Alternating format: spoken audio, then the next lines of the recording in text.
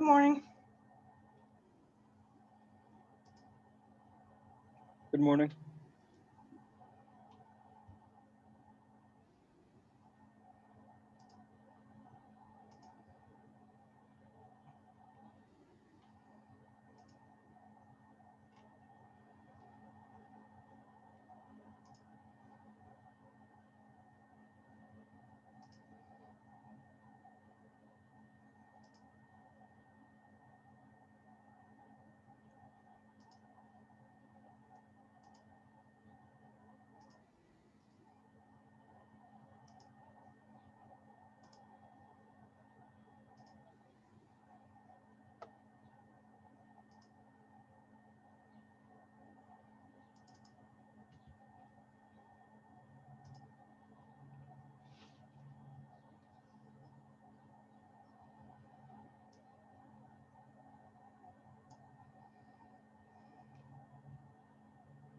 Anybody have any questions before we get started?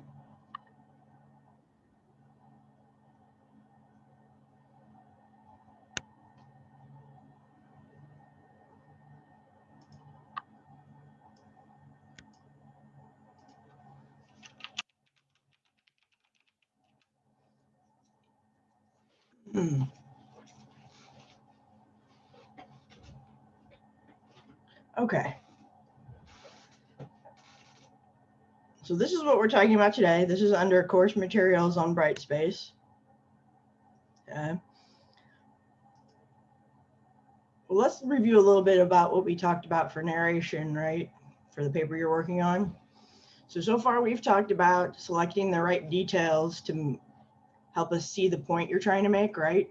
The right examples, playing up the right elements in the story to go toward your thesis. So hopefully you got some help yesterday with people saying this is what it seems like your main idea is. Okay. If not, let me know and I can try to help you out with that in your draft.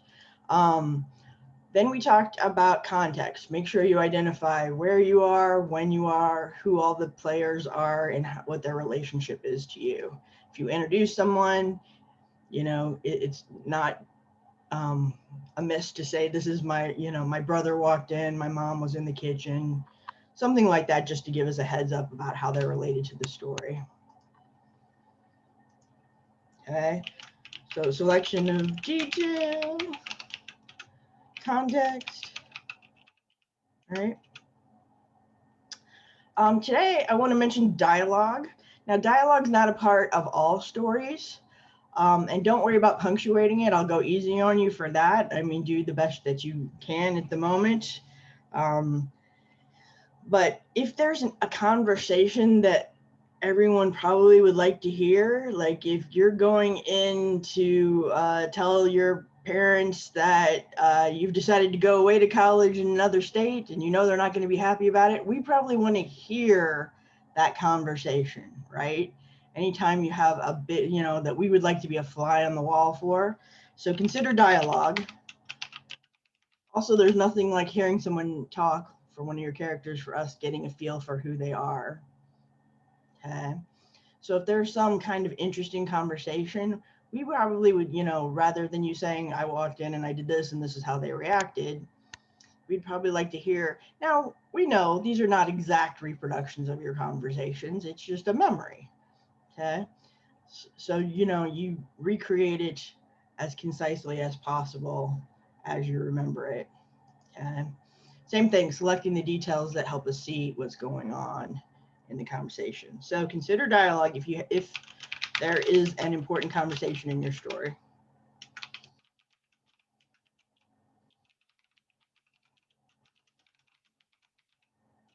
Tomorrow we can look at some examples of punctuating it. Okay. So I want to look at some of what's coming up. So if you scroll down here to our assignments, make sure you do the Malcolm X quiz. We've already read it. We've already talked about it in class. So finish the quiz by tomorrow. Okay. Next week on Tuesday, the final draft of your literacy narrative is due. We're also going to have a library orientation on that day. So this will be due by midnight. Okay. Midterms coming up, we'll talk more about that, and I'll have a midterm review topic list for you with links to what we've talked about. So these are some of the things to be aware of that are coming up in the future. Any questions about those?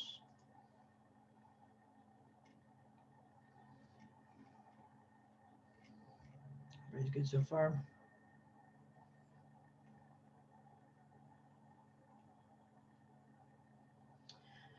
All right, then let's talk about, now that you have your essay, what are some potential ways that you can conclude, all right?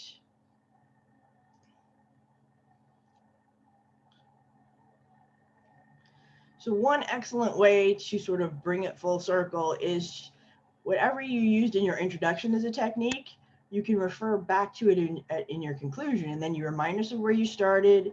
It feels like it's coming full circle. So if you started with a story that describes something, finish the story, okay? Or make a comment on the significance of whatever it is that you started with. It reminds the reader of the start of the paper, and it just gives it a nice finishing touch, okay?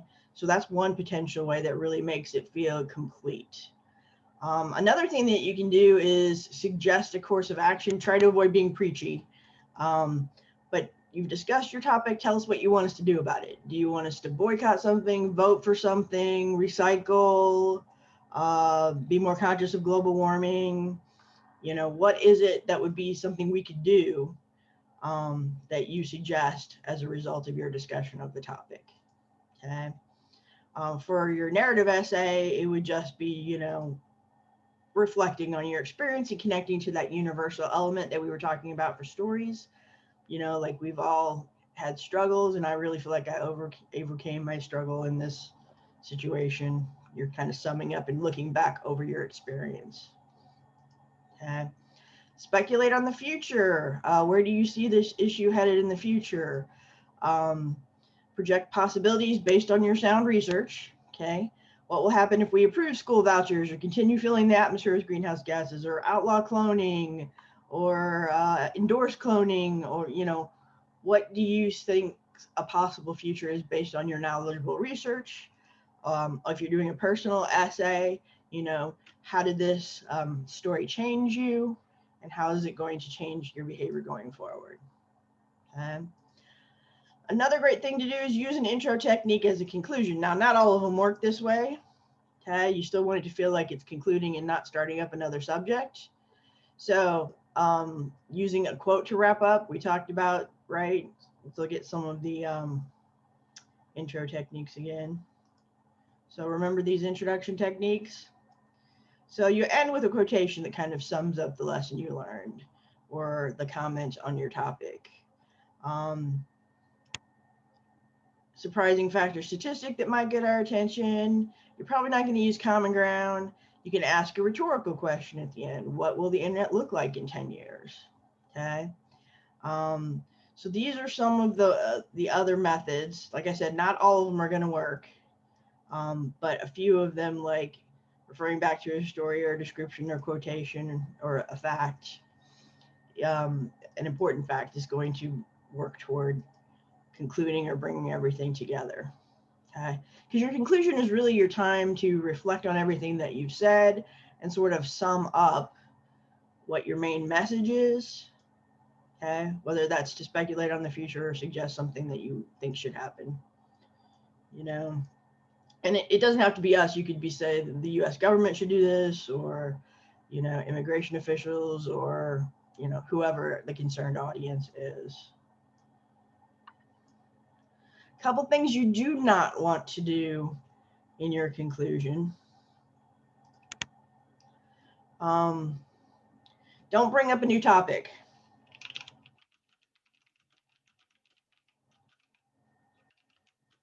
You don't have time to talk about. And this is kind of natural in drafts. You sort of looking back over it, and there might be other information that didn't necessarily fit under the focus of your paper. So like, I had someone who was doing a paper on affirmative action for schools, like making things more equal for students who hadn't had an educational opportunity because of the community they came from. It was poor, and sort of addressing those. And then she had read a lot about it, but then she started to talk about, oh, there's also a problem with affirmative action in employment situations. But that was like a totally new topic, off the focus, and she didn't have time to talk about it, right? Because she's concluding the paper. So we sort of feel like we got hit and run, right? You threw this new interesting topic at us and then you left. So it's kind of natural to think about all the things that you read and thought about while you were researching. Just don't introduce them at the end if it's something that you don't have time to talk about. Okay. Ooh, another one that's fun. It's hard when you're, as a student, one of the reasons that we have you go out and do a paper is so that you learn about the topic. You put it into a cogent, organized, interesting format, and then you turn it in and show us what you've learned, right? So you learn to do research, you learn about the topic, you learn to write about it clearly. But since you don't know about a lot of the topics that you're writing about, sometimes you feel a little less confident in what you're saying. But sometimes, don't apologize for everything that you said at the end of the paper, because that just cuts the legs right out from under you. So I don't know if you guys remember, but everybody knew who Mark McGuire is. If you're from St. Louis, you probably know. Baseball player for the Cardinals. There was a home run race between him and Barry Bonds. So I had a paper from a student who was about, they found out he was using like a sports supplement called Andro. So he wanted to write a paper about it. But at the end, he was sort of like, well, maybe there hasn't been enough research and more needs to be discovered, because the whole paper had been about how it was safe and effective and it wasn't, an illegal substance to use. But at the end, he just he caved. He was like, maybe I don't know what I'm talking about. If you're going to go down in flames of glory, because if you don't believe in what you're saying, we're not going to believe in it either, right? So, I mean, the best way to contradict this is to do your research effectively. If you feel like you've read well on the topic from experts and quality sources, then you can feel confident that you have a justifiable opinion to present to us. So don't get nervous at the end, and apologize, because this is going to be your intelligent take based on a significant quantity of research, right? To tell us what you think about a topic. Makes sense? Questions?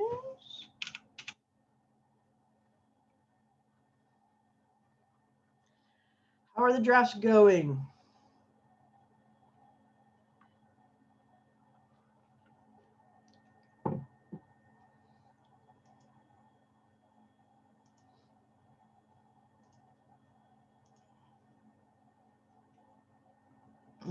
Some of you were not here for the peer review. As a quick aside, I believe you can chat with each other. So if you were not here for the peer review, please put your name in the chat, and then you guys can message each other and arrange to exchange papers to get some peer review. If you missed, you don't get credit for doing peer review for that day. So type your name in the chat if you were not able to peer review yesterday.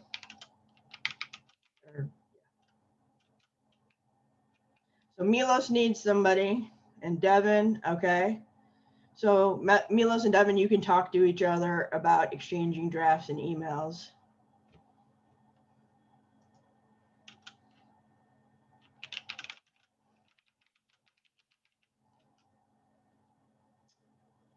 Anybody else who's not? Okay. Okay. So the three of you, that would be good, because you could give each other two opinions and get two opinions. Okay. Anyone else?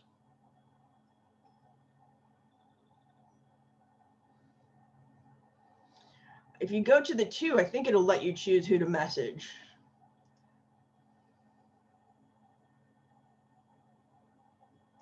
Okay. If that doesn't work out, let me know. Email me after class about who you talked to, and I can send out emails. It happens. I just want to make sure everybody gets some feedback. So if you can go ahead and post your email in the chat, and then they can save it.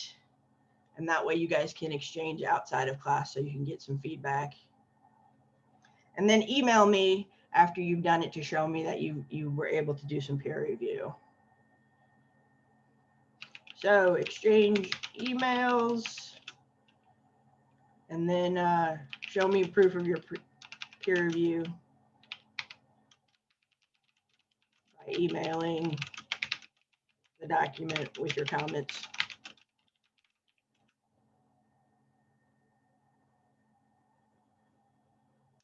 Okay, tell me more what you mean by that.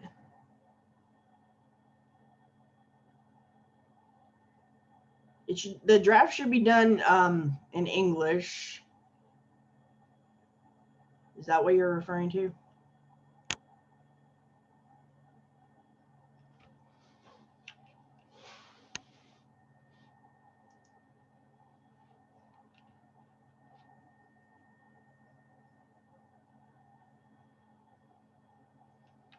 If you want to talk more about it after class, we can make sure everything's arranged.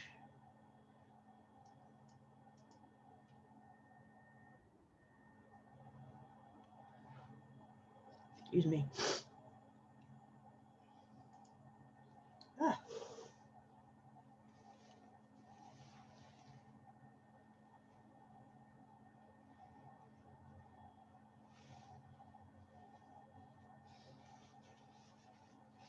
You write about your first language or foreign language or culture in English, but you don't write necessarily in that language, because otherwise you're not going to be able to get some peer review, and I won't be able to read it. Does that make sense? But it's really interesting to see how people learn other languages. I love words. So like, yeah, watching my Korean dramas, I learn new words. My daughter's very much into Japanese anime, so she's always throwing Japanese words at me. So yeah, I'm really interested to hear about it. All right, let's look for some articles, just like we did with the introductions. Let's look for articles that you think have a good conclusion to them or a good wrap up. Okay. So online and look for articles at the places that you usually read. And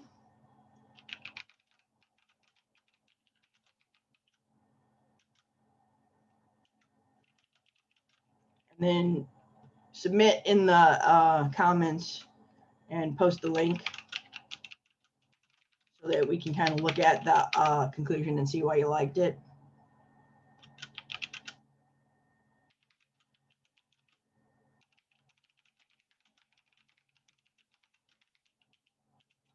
And if it has some of the elements we've been talking about for concluding, we can identify those. So I'll give you a few minutes to look. Once you have something, go ahead and post the link in the chat. I will look as well and bring one up as an example.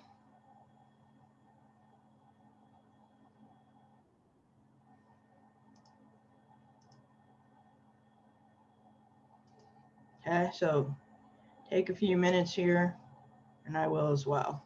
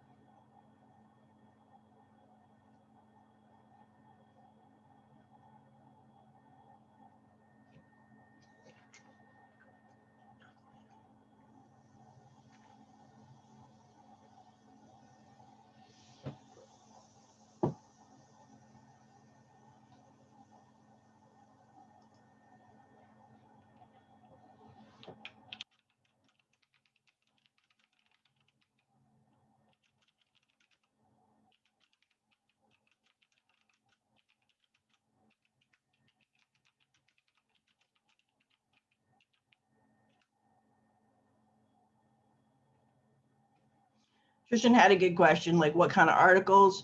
They can be anything really. They can be essays, as long as you feel like they're from a credible source, a legitimate source, that's, you know, not trying to sell you something or fool you about something. They can be an essay, they can be a news story. Mine is just about some photos from Alaska where they were trying to identify the people in them. They were from, I think, right before Alaska became a state in the 50s, and how they solved the mystery of who the people in the photos were. I really like her conclusion. And this one just ran across my news feed today.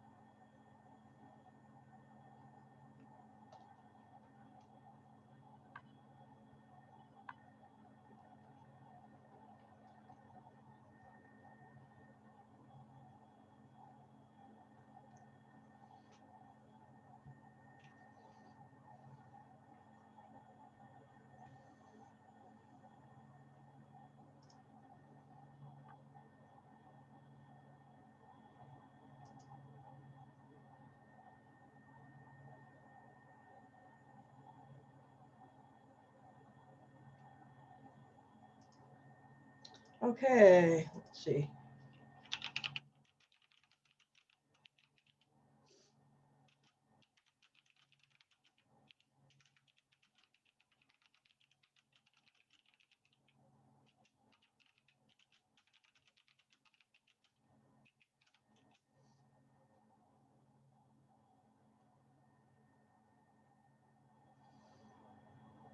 I'll give you one more minute.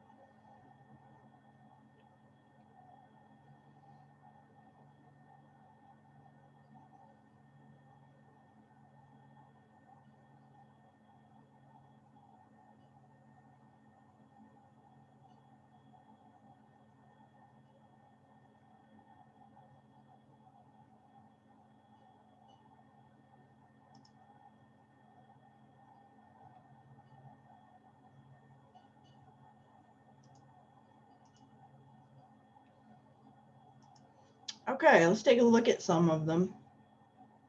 So as an example, I have this one up that came across my feed. Let's just take a review of the intro, right? It was an ordinary Friday for Susanna Stevens Johnson. She woke up in a snowy mountain village on the Yukon Delta in Alaska and checked her Facebook account. Okay, an old school friend had just posted a link to a just published CNN travel article showcasing beautiful color photographs from the mid-20th century Alaska. The headline was, "Do you know the mystery behind these Alaska travel photos?" So basically, they're telling us the story of one person who's discovering these photos. Okay. So she's an Alaskan who grew up around the village where the photos were taken. Okay. This was found by somebody in a flea market who like bought the pictures, thought they were interesting. She digitized them and then posted them. And they wanted to know, since it was a piece of history, they had just, Alaska had just become a state. So she'd been trying to identify who the people were in the slides, but she had no luck. It's a very small town in Alaska. So there's like something like 200 photos if you want to go look at the photos later. So she just basically describes her discovering the photos and being able to see all of the people she knew when she was young, people seeing parents in this small village, seeing parts of their culture that were recorded. So it's just a discussion of how much it meant to everyone to see people who'd passed away, you know, parents, family members, to see themselves as young children. Alaska became a state in 1959, and the photos were taken right as the new state was moving forward. So you can see some of the pictures. So at the end, I mean, what is the significance of this story about people in a village just looking at pictures of their past? I really like her ending.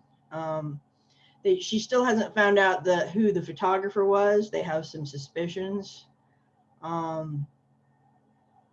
So it talks about the person who found the photos a little bit. She says, "I think I feel more connected now to the people who recognize themselves."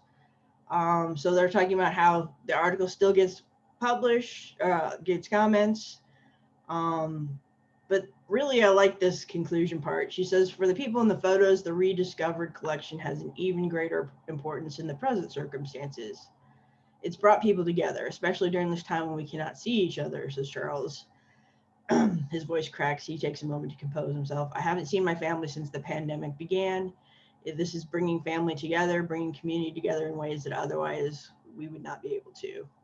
So it's really kind of a nice connection to what's going on in the day and the importance of family and community to show why it may not seem like a big story, like a bunch of travel photos from Alaska, but how they meant so much to this community that's been sort of separated by the pandemic. And I just thought it was a really kind of a cool reflection on the story. You know, otherwise, why are you showing these pictures? Why is it important to find out the people, you know, who they are?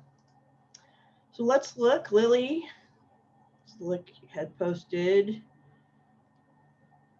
brain cell clusters grown in a lab for more than a year, mirror changes in a newborn's brain. Oh, so they're growing brain. I'm getting zombie flashbacks. So Lily, tell us what the conclusion is and why you like it.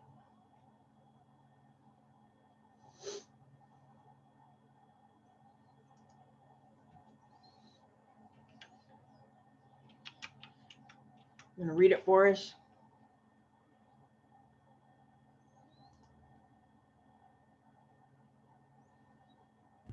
I missed when you were talking about the techniques, but it's basically showing like what the conclusion is basically talking about like where this like can lead, and like it's quoting the So it's person, the speculating on the researcher. future. Yeah. Yeah.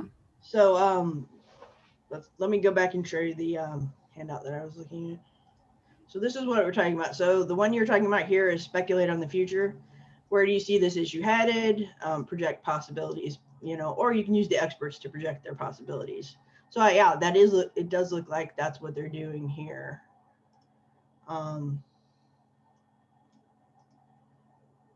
So what's it talking about? That they can grow brain cells in a lab? Yeah, that like the brain cells that they grow are like mimicking like an infant, um, like Hmm. developmentally, so they can use that for like studying diseases. So they can use it for disease models. This could allow this group and others to study brain diseases in mature organisms without babysitting cells for years on end, because they can manipulate the cells to be the right age. Yeah. That's really interesting. It's a little scary what science can do. But yeah, that's the classic speculate on the future. Now that we've discovered this thing that we can do, here are the implications of it and how it could possibly be used in the future, right? Moving the model through different stages from young to old in order to see how disease progresses. Studying brain disease, very cool. Okay, good, classic example. All right, Tristan, let's look at one. Oh yeah, I saw this morning. Illinois becomes the first state to eliminate cash bail. Yeah, America's never had debtors' prisons, but I guess this is the closest that we've come. So let's look at the intro. Illinois Governor J.B. Pritzker signed a bill Monday that makes people in Illinois the first state to abolish cash bail payments for jail release for people who've been arrested and waiting for their case. Because basically, if they don't have the money to pay, it sort of creates an unequal system for some people where if you're rich, no problem, you just post bail and you're out. If you're poor, you're kind of out of luck and you can end up in jail for an indefinite period of time. And I think that's really been a problem with COVID. So basically, it's been controversial. It's a poor people's tax. Okay. So Tristan, what'd you like about the conclusion?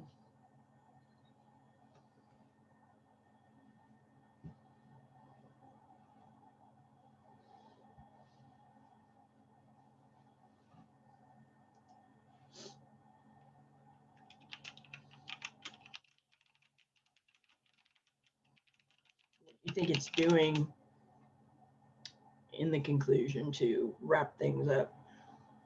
I don't know.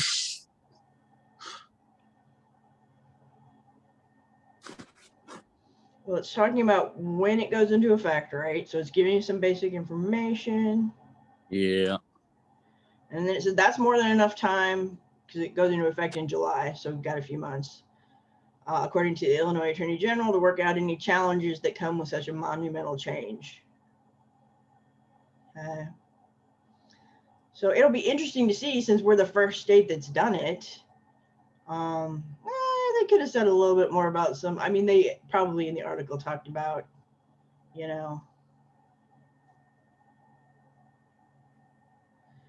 like they take them to jail and then I'm not sure how they're going to work it in terms of like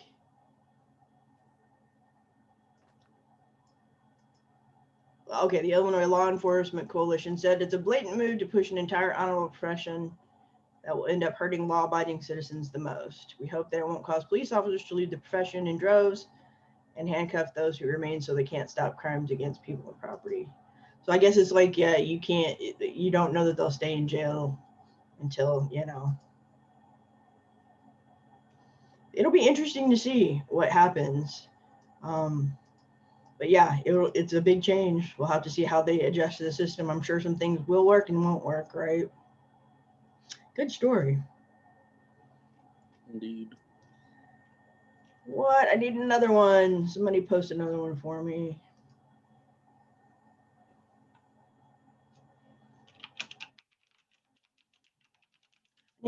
That would be a good, if anybody's interested in that. I don't know, Tristan, if you're interested in that topic, it'd be a good one for a research paper when we get to the controversy. If you're not interested, you don't have to do it. I'm just saying, if somebody finds the issue interesting, this has a paper I've not had before. I always love new topics,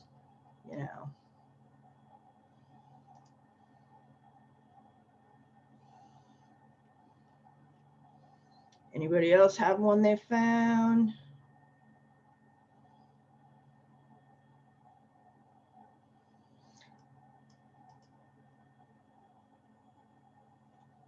I need to read this article more about why it's anti-police.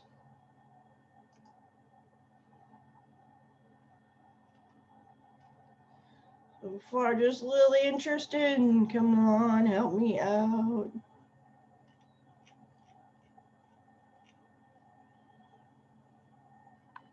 Grant, did you find one?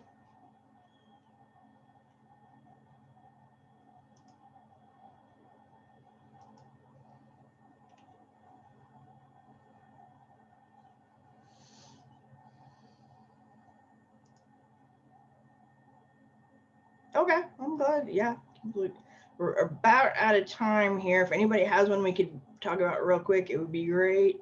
Isabella, did you find one? Okay.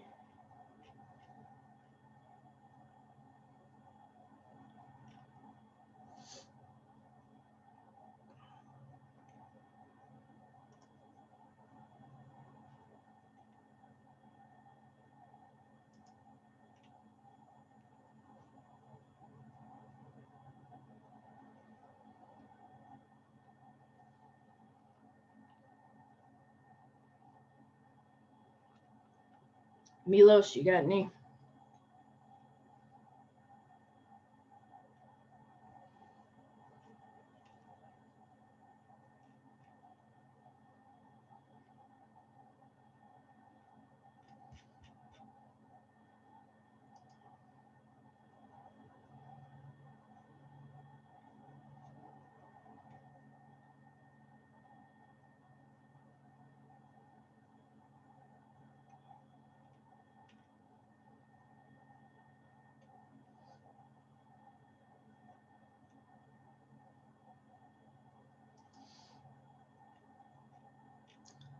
Let's look at this one. New evidence, since we're in the Midwest.